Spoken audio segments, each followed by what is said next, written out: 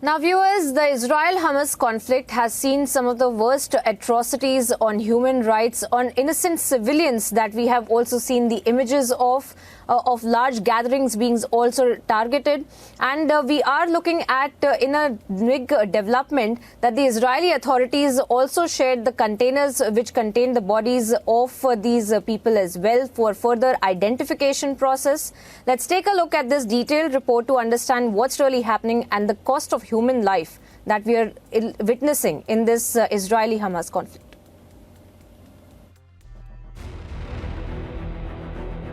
Damaged buildings,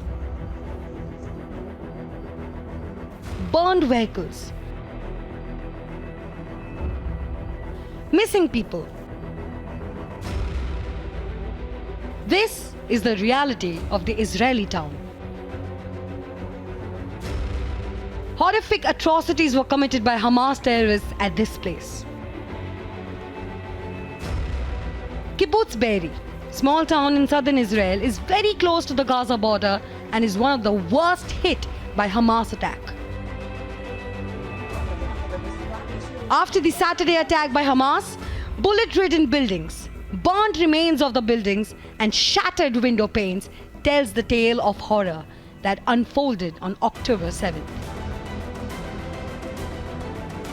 As Hamas terrorists went door to door killing residents or taking them hostages, the IDF forces on ground are now taking stock, checking each and every home of this small town. While they also recounted the ground reality while exposing the brutality at the hands of Hamas. We walked in the houses of these families, we saw the bodies, we saw the carnage. Be'eri, the kibbutz 2 days ago. Last night, Re'im. And today we brought you here.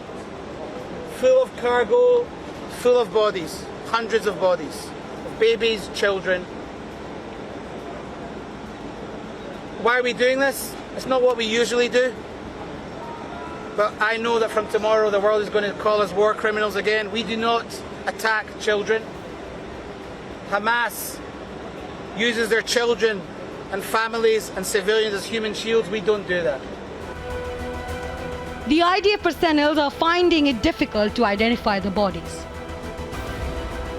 I think the majority of bodies are out, but I'm sure there's, again, because the numbers are so big. Right now we were still engaged. I was there yesterday in Re'im. There was when I was there with journalists, there was fighting. So there's still, the area is a hot zone, it's a war zone. There could still be people dead, and it'll take us some time. Arms and ammunition left by the terrorists are still lying on the ground and remain as a testimony of that horrific morning. Israel's defense forces equipped with military tanks are now positioned across the town after regaining control over it.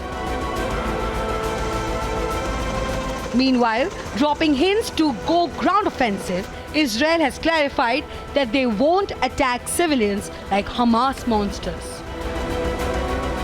We're not going to go all out. We don't go like Hamas. We don't target civilians. It's going to be a precise military operation. That's what we're doing now, based on intelligence.